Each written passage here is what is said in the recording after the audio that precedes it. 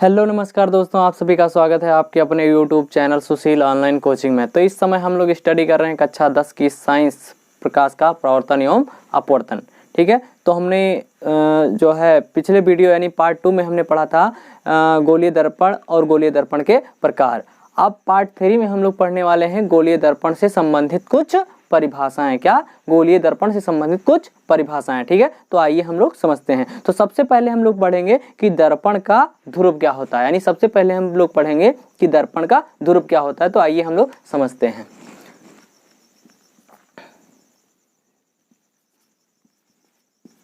दर्पण का ध्रुव,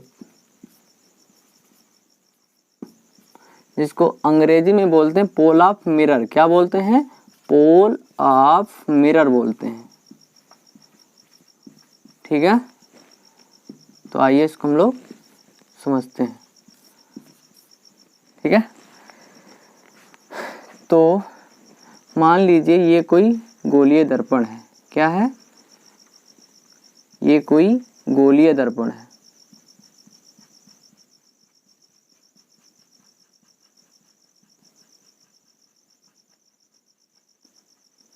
ठीक है, और यहाँ पर एक और गोलीय दर्पण है, क्योंकि हम लोगों ने 2 प्रकार के गोलीय दर्पण पढ़े थे। तो एक ये हो गया,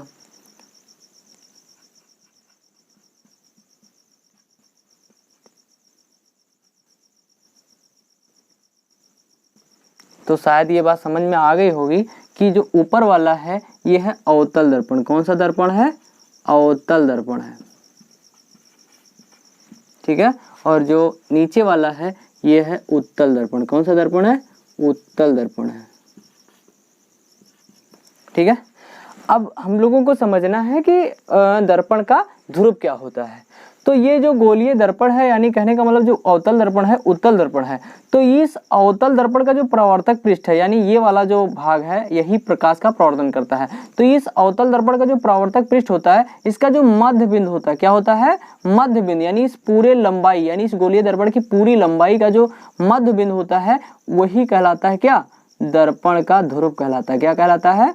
दर्पण का ध्रुव कहलाता है। तो बात शायद इतनी समझ में आ गई होगी। और हम लोग दर्पण के ध्रुव को प्रदर्शित करते हैं P से। कैसे प्रदर्शित करते हैं? P से। तो इसी प्रकार से ये हो गया अवतल दर्पण, और इसी प्रकार से उत्तल दर्पण में भी होगा, यानी जो मध्य बिंदु होगा वही कहलाएगा क्या? दर्पण का ध्रुव कहलाएगा। क्या कहलाएगा? दर्पण का ध्रुव कहलाएगा।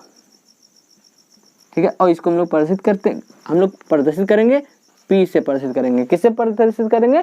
P से। तो इस प्रकार से ये हो गया दर्पण का ध्रुव, यानी गोलीय दर्पण के परावर्तक पृष्ठ, यानी गोलीय दर्पण का जो परावर्तक पृष्ठ होता है उसका जो मध्य बिंदु होता है, क्या? मध्य बिंदु जो होता है वही कहलाता है दर्पण का ध्रुव। तो इसको हम लोग लिख लेते हैं।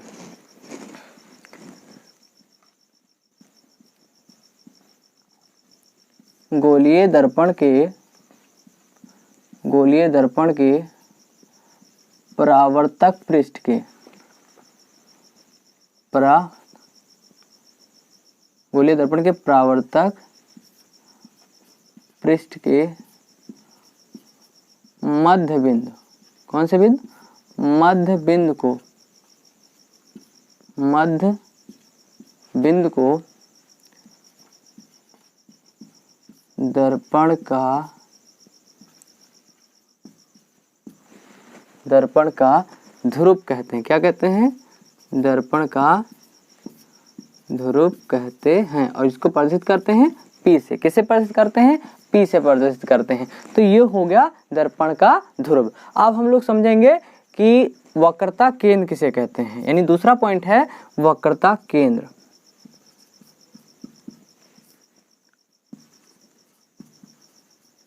जिसको अंग्रेजी में बोलते हैं सेंटर ऑफ कर्वेचर। क्या बोलते हैं? अंग्रेजी में बोलते हैं सेंटर ऑफ कर्वेचर।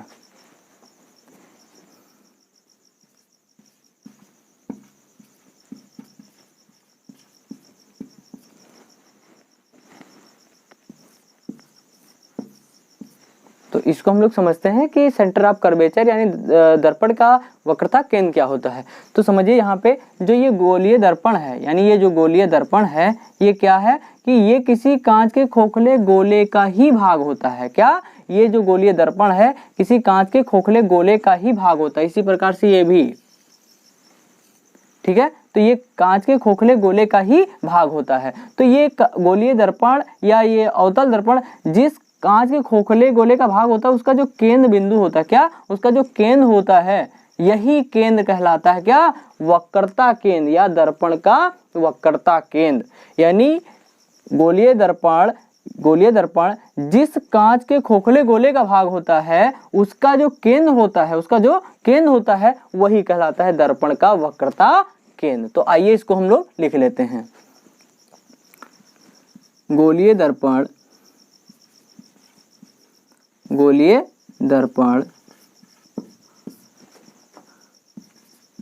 कांच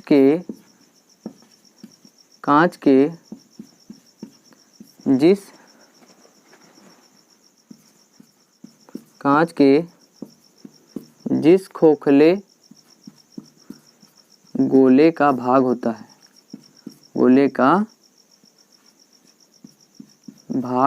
है,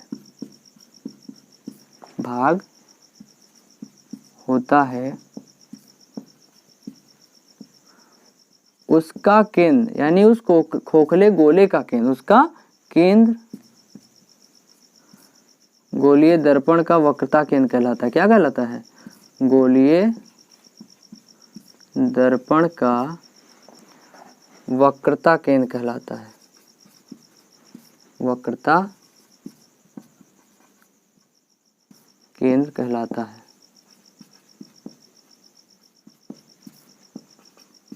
ठीक है, और हम लोग वक्रता केंद्र को किससे प्रदर्शित करते हैं, कैपिटल सी से प्रदर्शित करते हैं। किससे प्रदर्शित करते हैं, कैपिटल सी से प्रदर्शित करते हैं, यानी हम लोग इसको कैपिटल सी से प्रदर्शित करते हैं। तो ये हो गया गोलीय दर्पण का वक्रता केंद्र। अब हम लोग समझेंगे कि वक्रता त्रिज्या किसे कहते हैं, यानी गोलीय दर्पण की वक्रता त्रिज्या किसे कहते हैं। तो आइए समझते हैं।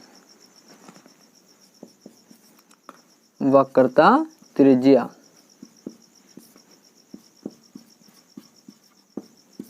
अंग्रेजी में इसको बोलते हैं रेडियस ऑफ कर्वेचर। क्या बोलते हैं, रेडियस ऑफ कर्वेचर।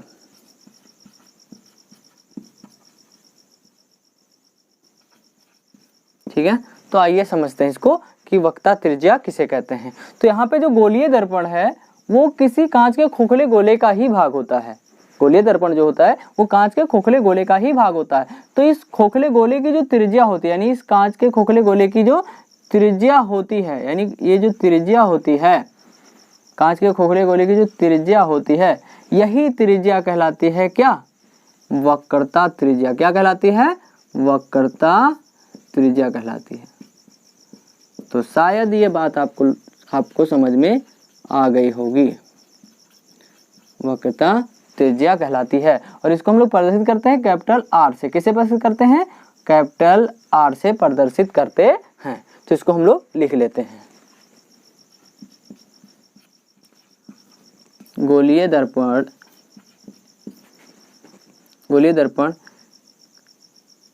कांच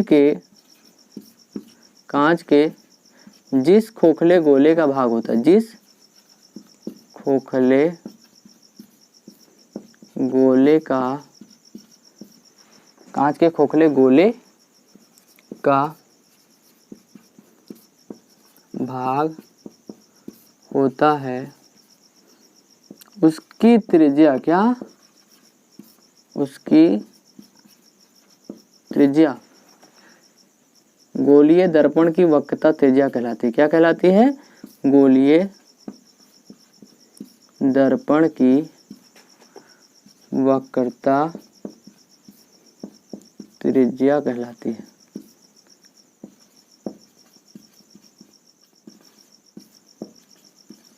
और इसको हम लोग प्रदर्शित करते हैं किससे, कैपिटल आर से प्रदर्शित करते हैं। किससे प्रदर्शित करते हैं, इसको हम लोग कैपिटल आर से प्रदर्शित करते हैं।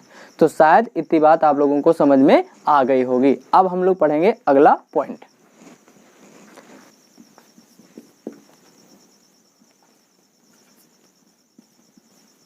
मुख्य अक्ष, इसको अंग्रेजी में बोलते हैं प्रिंसिपल एक्सिस। क्या बोलते हैं, प्रिंसिपल एक्सिस, ठीक है, ये हो गया मुख्य अक्ष, ठीक है। तो समझते हैं कि मुख्य अक्ष क्या होता है। मान लीजिए ये गोलीय दर्पण है, क्या है, ये गोलीय दर्पण है, और ये हो गया, ये भी गोलीय दर्पण है, लेकिन ये उत्तल दर्पण है। कौन सा दर्पण है, उत्तल दर्पण है। तो ये हो गया दर्पण का ध्रुव, और ये हो गया वक्रता केंद्र। ये हो गया इसमें उत्तल दर्पण का ध्रुव, और ये हो गया इसका वक्रता केंद्र। तो समझिए कि मुख्य अक्ष किसे कहते हैं, गोलीय दर्पण का जो ध्रुव होता है और जो वक्रता केंद्र होता है। गोलीय दर्पण के ध्रुव और वक्रता केंद्र से होकर जो रेखा जाती है, क्या, गोलीय दर्पण के ध्रुव और वक्रता केंद्र से होकर जो रेखा जाती है या जो रेखा गुजरती है, उसे कहते हैं क्या, मुख्य अक्ष बोलते हैं। क्या बोलते हैं, मुख्य अक्ष। तो कहने का मतलब यहाँ पे जो ये रेखा है इसी को बोलते हैं मुख्य अक्ष। क्या बोलते हैं, मुख्य अक्ष बोलते हैं।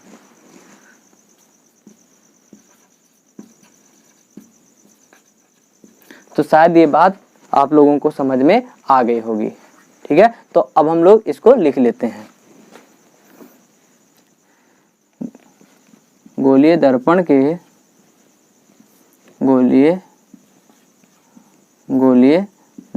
के ध्रुव, क्या, गोलीय दर्पण के ध्रुव तथा वक्रता केंद्र, क्या, वक्रता केंद्र, दर्पण के ध्रुव तथा वक्रता केंद्र से होकर जाने वाली, क्या, जाने वाली रेखा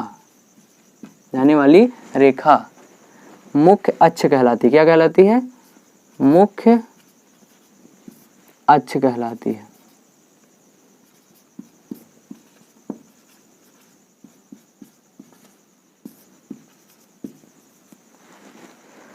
तो ये हो गया मुख्य अक्ष। अब हम लोग समझते हैं कि मुख्य फोकस या फोकस क्या होता है।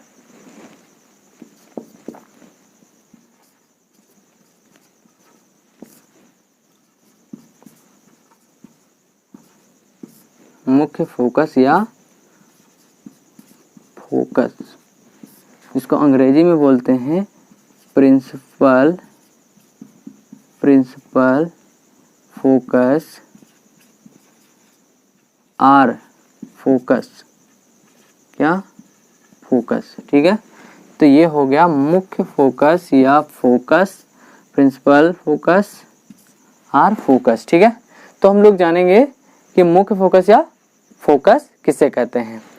तो आइए इसको हम लोग समझते हैं। तो ये हो गया हम लोगों का मुख्य अक्ष। अब हम लोग समझेंगे कि मुख्य फोकस किसे कहते हैं।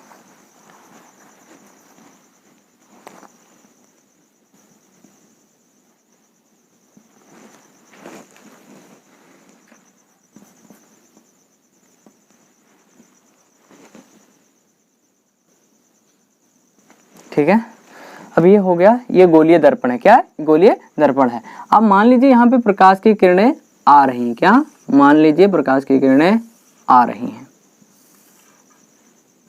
और ये सभी प्रकाश की किरणें क्या हैं, मुख्य अक्ष के समांतर हैं। क्या है, मुख्य अक्ष के समांतर हैं।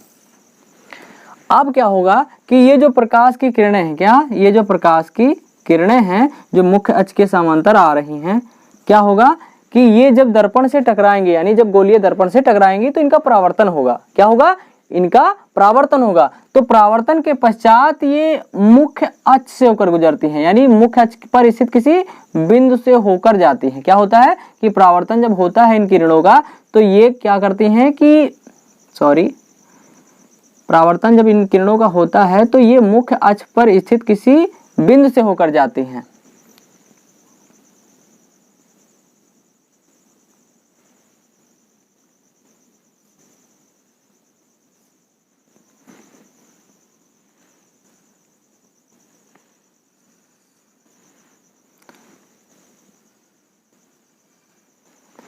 ठीक है,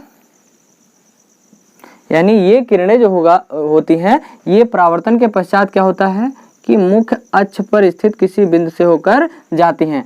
तो ये जिस बिंदु अवतल दर्पण से परावर्तन के पश्चात जिस बिंदु से होकर जाती हैं उसे बोलेंगे क्या, मुख्य अक्ष बोलेंगे। क्या बोलेंगे, उसे हम लोग बोलेंगे मुख्य अक्ष। क्या बोलेंगे, उसे बोलेंगे मुख्य अक्ष बोलेंगे। इसी प्रकार से उत्तल दर्पण में भी होता है। उत्तल दर्पण में क्या होगा कि प्रकाश की किरणें मुख्य अक्ष के समांतर जाती है और उत्तल दर्पण से इनका होता है क्या, परावर्तन। क्या होता है, इनका होता है उत्तल दर्पण से परावर्तन। और जब परावर्तन इनका होगा तो ये लगेगा कि ये प्रकाश की किरणें दर्पण के पीछे किसी बिंदु से होकर आ रही हैं। यानी जब इन प्रकाश की किरणों का होगा परावर्तन तो ऐसा लगेगा कि ये प्रकाश की किरणें जो है दर्पण के पीछे से किसी बिंदु से आ रही हैं। क्या, दर्पण के पीछे से किसी बिंदु से आ रही हैं। तो जिस बिंदु से ये आती हुई प्रतीत होती है, क्योंकि वास्तव में ये नहीं आ रही होती है, ये दर्पण के पीछे से लग रहा है कि किसी बिंदु से आ रही हैं, तो जिस बिंदु से ये वापस आती हुई प्रतीत होती हैं उसे कहते हैं क्या, मुख्य फोकस या फोकस बोलते हैं। क्या बोलते हैं, उसे बोलते हैं फोकस। क्या बोलते हैं, उसे बोलते हैं फोकस। और इस बिंदु को हम लोग प्रदर्शित करते हैं कैपिटल एफ से। किससे प्रदर्शित करते हैं, कैपिटल एफ से प्रदर्शित करते हैं। तो ये हो गया फोकस। क्या हो गया, ये हो गया फोकस। अब हम लोग पढ़ेंगे कि फोकस दूरी किसे कहते हैं, लेकिन इसकी परिभाषा सबसे पहले हम लोग लिख लेते हैं। लिखेंगे मुख्य अक्ष के समांतर। क्या, मुख्य अक्ष के समांतर। मुख्य अक्ष के समांतर, मुख्य अक्ष के समांतर आने वाली किरणें। मुख्य अक्ष के समांतर आने वाली किरणें, आने वाली किरणें अवतल दर्पण से परावर्तन के पश्चात, अवतल दर्पण से परावर्तन के पश्चात। क्या, अवतल दर्पण से परावर्तन के पश्चात, अवतल दर्पण से परावर्तन के पश्चात मुख्य अक्ष पर स्थित। क्या, मुख्य अक्ष पर, मुख्य अक्ष पर स्थित जिस बिंदु से होकर, मुख्य अक्ष पर स्थित जिस बिंदु से होकर जाती हैं, जिस बिंदु से होकर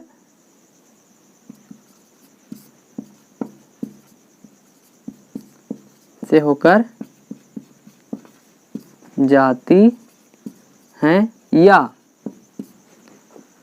उत्तल दर्पण से, या उत्तल दर्पण से परावर्तन के पश्चात, उत्तल दर्पण से परावर्तन के पश्चात,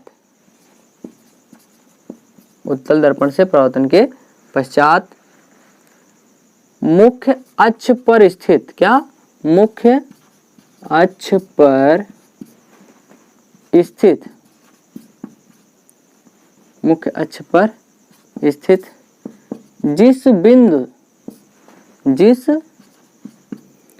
जिस बिंदु से आती हुई, क्या, जिस बिंदु से आती हुई प्रतीत होती, क्या, प्रतीत होती हैं, होती हैं, उसे मुख्य फोकस या उसे गोलीय दर्पण का, उसे गोलीय दर्पण का मुख्य फोकस या फोकस कहते हैं। ठीक है, और इसको हम लोग लिखते हैं, प्रदर्शित करते हैं कैपिटल एफ से। यानी मुख्य फोकस को हम किससे प्रदर्शित करते हैं, कैपिटल एफ से प्रदर्शित करते हैं। तो शायद ये बात आप लोगों को समझ में आ गई होगी। अब हम लोग समझेंगे कि फोकस दूरी क्या होती है। तो आइए समझते हैं इसको।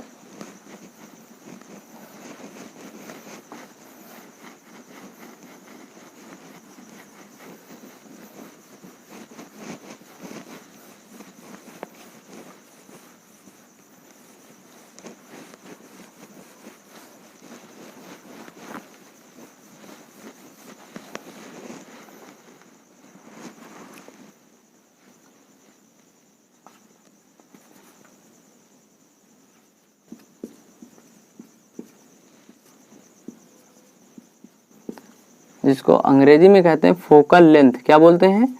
फोकल लेंथ बोलते हैं। ठीक है, तो हम लोगों को पढ़ना है फोकल लेंथ या फोकस दूरी। ठीक है, तो फोकस दूरी किसे कहते हैं? तो आइए समझते हैं इसको हम लोग कि जो दर्पण का ध्रुव होता है, क्या होता है? जो दर्पण का ध्रुव होता है और ये बिंदु जो फोकस होता है, तो दर्पण के ध्रुव और जो फोकस होता है इसके बीच की जो दूरी होती है, ये वाली दूरी, यानी ये हो गया दर्पण का ध्रुव और ये हो गया फोकस। तो दर्पण के ध्रुव और फोकस के बीच की जो दूरी होती है इसे ही कहते हैं फोकस दूरी। इसी प्रकार से यहाँ पर उत्तल दर्पण में भी, तो यहाँ पर जो ये हो गया फोकस और ये हो गया ध्रुव, तो फोकस और ध्रुव के बीच की जो ये दूरी होती है इसे ही बोलते हैं फोकस दूरी। तो इसको हम लोग लिख लेते हैं।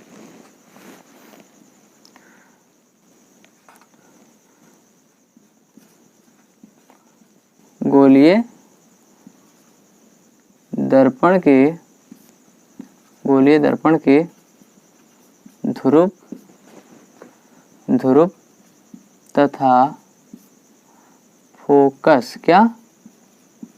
फोकस के बीच की दूरी क्या कहलाती है? फोकस दूरी कहलाती है। क्या कहलाती है? फोकस दूरी कहलाती है।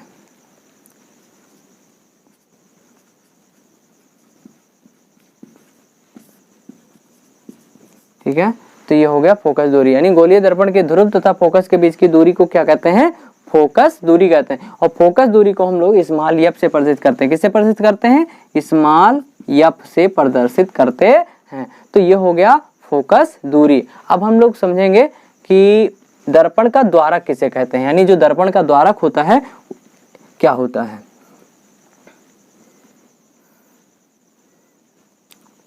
अगला पॉइंट होता है दर्पण का द्वारक।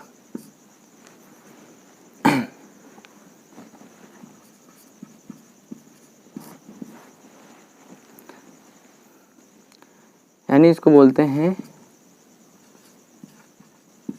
Aperture of mirror. क्या? एपर्चर ऑफ मिरर, यानी दर्पण का द्वारक किसे कहते हैं। ठीक है, तो आइए समझिए, यानी ये हो गया गोलीय दर्पण। क्या है? ये गोलीय दर्पण है। तो गोलीय दर्पण के जो दोनों सिरे होते हैं, क्या? गोलीय दर्पण के जो दोनों सिरे होते हैं, ये बिंदु दोनों सिरे होते हैं, इन दोनों सिरों को जो मिलाने वाली जो रेखा होती है, क्या? इन दोनों सिरों को जो मिलाने वाली ये रेखा होती है, इसी प्रकार उत्तल दर्पण में, तो ये मिलाने वाली जो रेखा होती है यही कहलाती है क्या?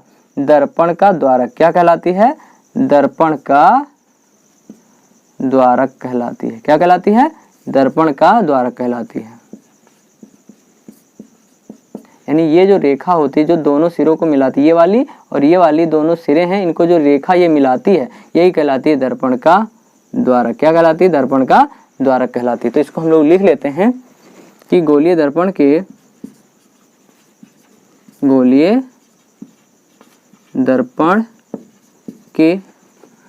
दोनों सिरों को, क्या? दोनों सिरों को मिलाने वाली रेखा, दोनों सिरों को मिलाने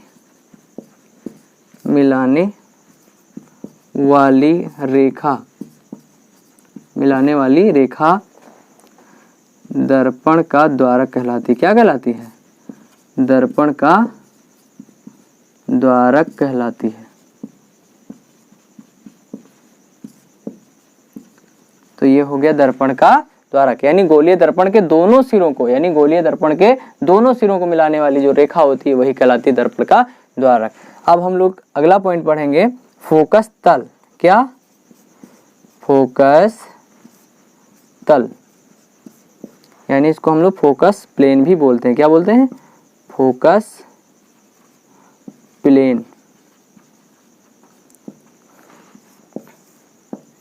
आइए इसको हम लोग समझते हैं क्या होता है फोकस तल। तो इसको हम लोग थोड़ा फिगर अलग बना के हम लोग समझ लेते हैं। इसको दोबारा बना देते हैं, सही से बना देते हैं।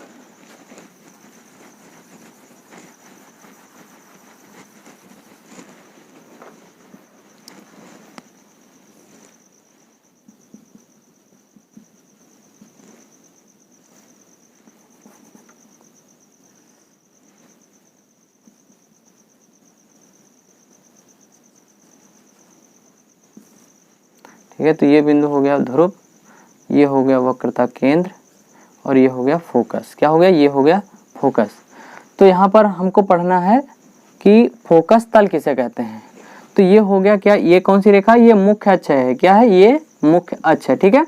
तो मुख्य अक्ष के अभिलंबवत, क्या, मुख्य अक्ष के अभिलंबवत मुख्य फोकस से होकर गुजरने वाली रेखा को या गुजरने वाले समतल को ही बोला जाता है क्या? फोकस तल बोला जाता है। यानी कहने का मतलब यह है कि ये जो मुख्य अक्ष है इसके अभिलंबवत मुख्य फोकस से होकर जो रेखा गुजरती है उसे बोला जाता है। यानी ये रेखा जो गुजरेगी ये मुख्य अक्ष के लंबवत होगी और मुख्य फोकस से होकर गुजरेगी। तो इसी रेखा को बोलते हैं क्या? फोकस तल बोलते हैं। तो इसकी परिभाषा को लिख लेते हैं। मुख्य अक्ष के लंबवत, क्या? मुख्य अक्ष के लंबवत, मुख्य अक्ष के लंबवत मुख्य फोकस से होकर, किससे होकर? मुख्य फोकस से होकर, मुख्य फोकस से होकर गुजरने वाली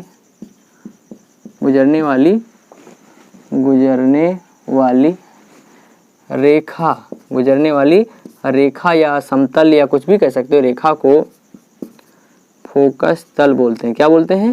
फोकस तल कहते हैं। ठीक है। तो ये हो गया फोकस तल। ठीक है।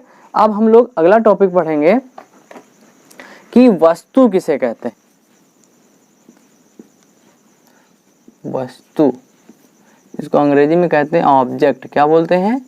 ऑब्जेक्ट बोलते हैं। वस्तु किसे कहते हैं? यानी कहने का मतलब, वस्तु का मतलब जिससे प्रकाश की किरणें आ रही हों। क्या? वस्तु से हम लोग कहेंगे जिससे प्रकाश की किरणें आ रही हों। तो यानी कहने का मतलब वह बिंदु, या ये इसको ऐसे भी बोल सकते हैं कि जिस प्रकाश स्रोत से प्रकाश की किरणें आती हैं और दर्पण पर आपतित होती हैं। क्या? वह बिंदु जहां से प्रकाश की किरणें, या जिस बिंदु से प्रकाश की किरणें आती हैं और दर्पण पर आपतित होती हैं, उसी बिंदु को बोला जाता है क्या? वस्तु बोला जाता है। क्या बोला जाता है? वस्तु बोला जाता है। या इसको दूसरे शब्दों में भी बोल सकते हैं कि जिस प्रकाश स्रोत से प्रकाश की किरणें आती हैं, दर्पण पर आपतित होती हैं, क्या कहलाता है? वस्तु कहलाता है। क्या कहलाता है? वस्तु कहलाता है। तो उसे हम लोग वस्तु बोलते हैं। क्या बोलते हैं? वस्तु बोलते हैं। तो आइए इसकी परिभाषा हम लोग लिख लेते हैं और समझ लेते हैं। सपोज दैट, मान लेते हैं ये क्या है? ये है अवतल दर्पण। क्या है? ये अवतल दर्पण है।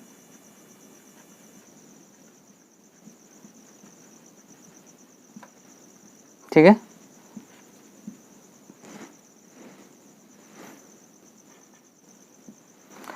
अब क्या है कि मान लेते हैं कि कोई वस्तु यहाँ पे रखी हुई है, कोई भी प्रकाश स्रोत वस्तु यहाँ पे रखी है। अब इससे क्या होता है कि ये प्रकाश की किरणें ऐसे आती हैं। क्या हो रहा है? ऐसे प्रकाश की किरणें आ रही हैं। ठीक है। तो जिस बिंदु से प्रकाश की किरणें आती हैं और दर्पण पर आपतित होती हैं, उसी बिंदु को बोला जाता है वस्तु। क्या बोला जाता है? उसी बिंदु को बोला जाता है वस्तु। तो ये हो गई वस्तु की परिभाषा। इसको हम लिख लेते हैं। ये जिस प्रकाश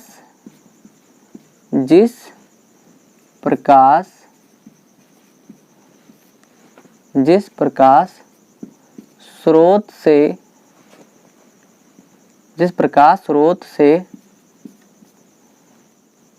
आने वाली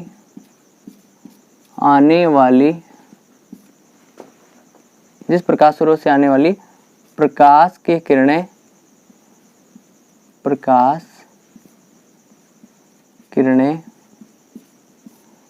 दर्पण पर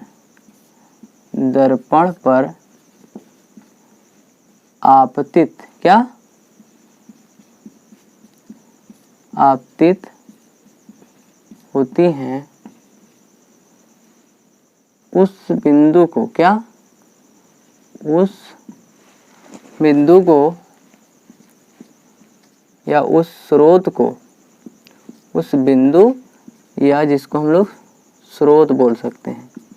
स्रोत को वस्तु बोलते हैं। क्या बोलते हैं? वस्तु कहते हैं। ठीक है, तो शायद ये बात आप लोगों को समझ में आ गई होगी। तो ये वाला जो बिंदु है यही कहलाता है वस्तु, और इसको हम लोग वो से प्रदर्शित करते हैं। कैसे प्रदर्शित करते हैं? वो से प्रदर्शित करते हैं। अब क्या होगा, जब ये प्रकाश की किरणें दर्पण पर आपतित होंगी तो क्या होगा, इनका परावर्तन होगा। क्या हो जाएगा? इनका परावर्तन होगा। तो ये परावर्तित किरणें यानी मतलब ये दर्पण पे से टकराएंगी तो इनका होगा परावर्तन। तो परावर्तन के पश्चात ये प्रकाश की किरणें, परावर्तन के पश्चात ये प्रकाश की किरणें जिस बिंदु पर एक दूसरे को काटती हैं, जिस बिंदु पर ये एक दूसरे को काटती हैं, ठीक है, उसी बिंदु को बोला जाता है वस्तु का प्रतिबिंब। क्या बोला जाता है? वस्तु का प्रतिबिंब।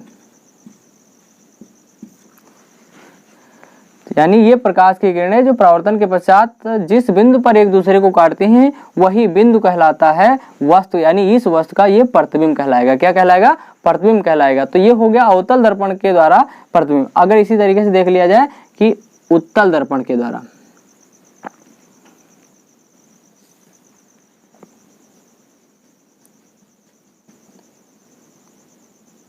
ठीक है, इसमें भी प्रकाश की किरणें किसी बिंदु से आएंगी, किसी प्रकाश स्रोत से ऐसे आएंगी, ठीक है, और ये आएंगी तो इनका हो जाएगा परावर्तन। क्या हो जाएगा? इनका परावर्तन हो जाएगा। यानी जब ये टकराएंगे तो इनका हो जाएगा परावर्तन।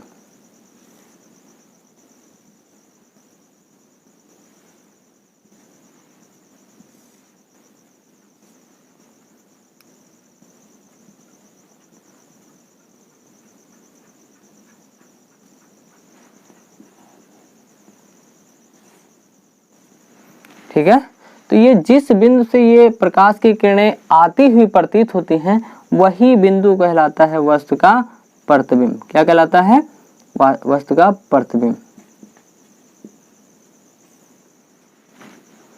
ठीक है, तो ये हो गया वस्तु का प्रतिबिंब। यानी कहने का मतलब प्रतिबिंब किसे कहेंगे हम लोग? प्रतिबिंब। प्रतिबिंब इसको बोलते हैं इमेज। क्या बोलते हैं? इसको बोलते हैं इमेज। इमेज का मतलब होता है प्रतिबिंब। क्या वो होता है? इमेज का मतलब होता है प्रतिबिंब। तो प्रतिबिंब किसे कहते हैं? यानी दर्पण से परावर्तन के पश्चात, दर्पण से परावर्तन के पश्चात प्रकाश की किरणें जिस बिंदु पर एक दूसरे को काटती हैं या मिलती हुई प्रतीत होती हैं। क्या? जिस बिंदु पर काटती हैं एक दूसरे को या मिलती हुई प्रतीत होती हैं या अपसरित होती हुई प्रतीत होती हैं, उसी बिंदु को बोला जाता है प्रतिबिंब, वस्तु का प्रतिबिंब। ठीक है, तो इस तरीके से ये हो गई प्रतिबिंब की परिभाषा। इसको हम लोग लिख लेते हैं कि परावर्तन के पश्चात, परावर्तन के पश्चात, परावर्तन के पश्चात प्रकाश किरणें, प्रकाश किरणें जिस बिंदु, जिस बिंदु पर, जिस बिंदु पर एक दूसरे को, एक दूसरे को, जिस बिंदु पर एक दूसरे को काटती हैं, काटती हैं, काटती हैं या मिलती हुई प्रतीत होती हैं, या मिलती हुई प्रतीत होती हैं, मिलती हुई प्रतीत होती हैं, उस बिंदु को, उस बिंदु को वस्तु का प्रतिबिंब कहते हैं। क्या कहते हैं? वस्तु का प्रतिबिंब कहते हैं। ठीक है, तो ये हो गया वस्तु का प्रतिबिंब। यानी परावर्तन के पश्चात प्रकाश की किरणें एक दूसरे को जिस बिंदु पर काटती हैं, यानी एक दूसरे को जिस बिंदु पर काटती हैं उस बिंदु को बोला जाता है वस्तु का प्रतिबिंब। या उत्तल दर्पण से परावर्तन के पश्चात प्रकाश की किरणें जिस बिंदु पर एक दूसरे एक दूसरे से मिलती हुई प्रतीत होती हैं, यानी ऐसा लग रहा है कि ये प्रकाश की किरणें जो हैं वो जा रही हैं और किसी एक ही बिंदु पर मिल रही हैं। तो परावर्तन के पश्चात जिस बिंदु पर मिलती हुई प्रतीत होती है या परावर्तन के पश्चात जो है आती हुई अपसरित होती हुई प्रतीत होती, उस बिंदु को बोला जाता है क्या? वस्तु का प्रतिबिंब। क्या बोला जाता है? वस्तु का प्रतिबिंब। तो ये हो गई प्रतिबिंब की परिभाषा। अब प्रतिबिंब जो होता है वो दो प्रकार का होता है। कितने प्रकार का होता है? वस्तु का जो प्रतिबिंब होता है वो दो प्रकार का होता है। एक तो होता है वास्तविक प्रतिबिंब और दूसरा होता है आभासी प्रतिबिंब। तो हम इसको लिख लेते हैं, यानी प्रतिबिंब जो होता है वो दो प्रकार का, वास्तविक प्रतिबिंब और आभासी प्रतिबिंब।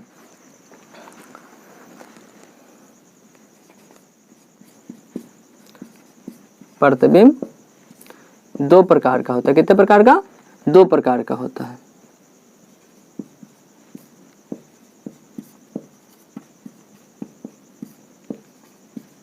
ठीक है, पहला होता है वास्तविक प्रतिबिंब। क्या होता है? वास्तविक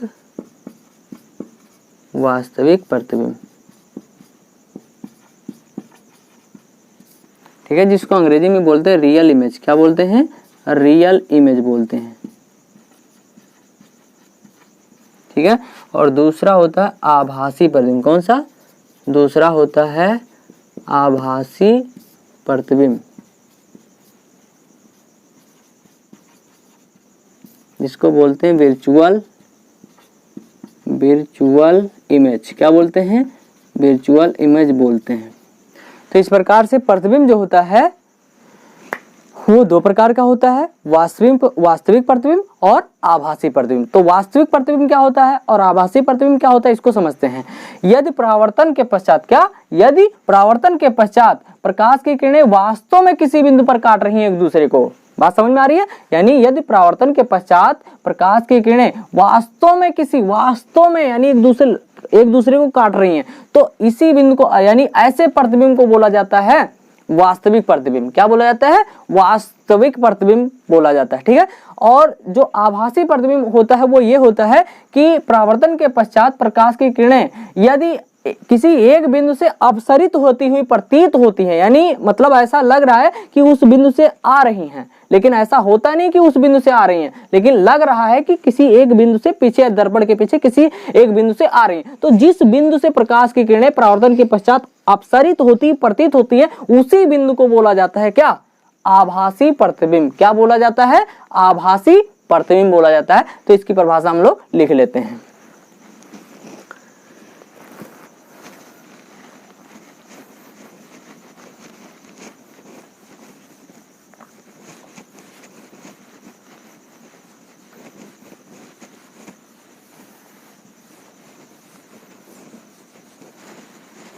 तो सबसे पहले हम लोग लिखेंगे वास्तविक प्रतिबिंब। क्या? वास्तविक प्रतिबिंब।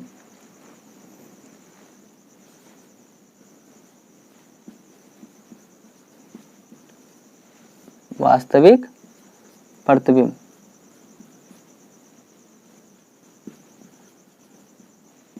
इसको अंग्रेजी में कहते हैं रियल इमेज। क्या बोलते हैं? रियल इमेज बोलते हैं।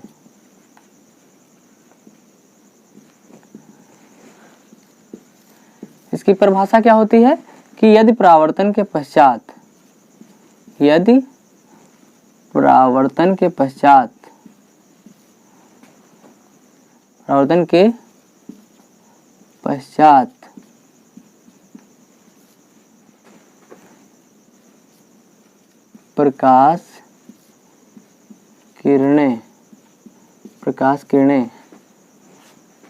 प्रकाश किरणें वास्तव में क्या? वास्तव में एक दूसरे को वास्तव में प्रकाश के यदि परावर्तन के पश्चात प्रकाश की किरणें वास्तव में एक दूसरे को किसी बिंदु पर काटती हो तो ऐसे प्रतिबिंब को क्या? तो ऐसे प्रतिबिंब को वास्तविक प्रतिबिंब कहते हैं। क्या कहते हैं? वास्तविक प्रतिबिंब कहते हैं।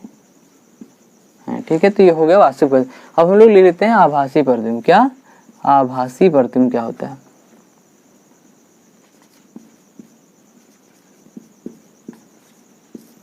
आभासी प्रतिबिंब इसको बोलते हैं वर्चुअल इमेज। क्या बोलते हैं? वर्चुअल इमेज बोलते हैं।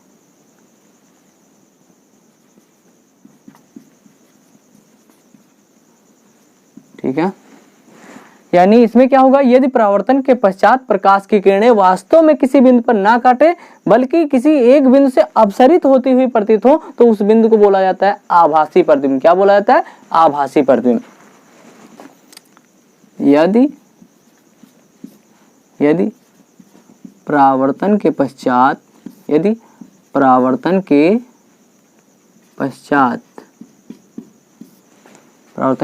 पश्चात प्रकाश की किरणें, प्रकाश की किरणें वास्तव में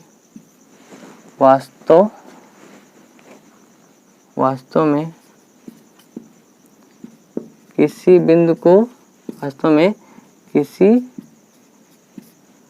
बिंदु पर ना मिले या ना काटे बल्कि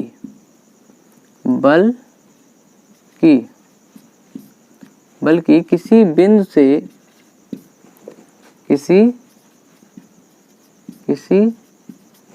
से अपसरित होती हुई प्रतीत हो। अपसरित होती हुई प्रतीत हो रही हूँ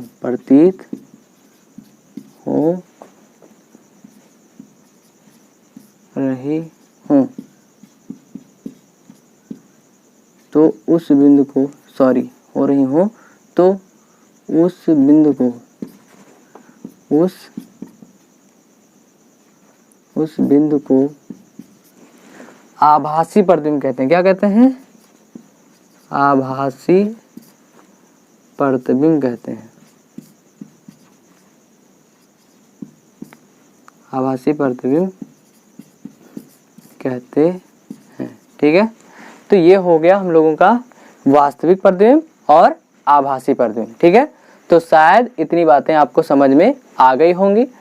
अगर आपको ये हमारा वीडियो पसंद आया है तो लाइक कीजिए, शेयर कीजिए। अगर अभी तक चैनल को सब्सक्राइब नहीं किया है तो सब्सक्राइब कीजिए।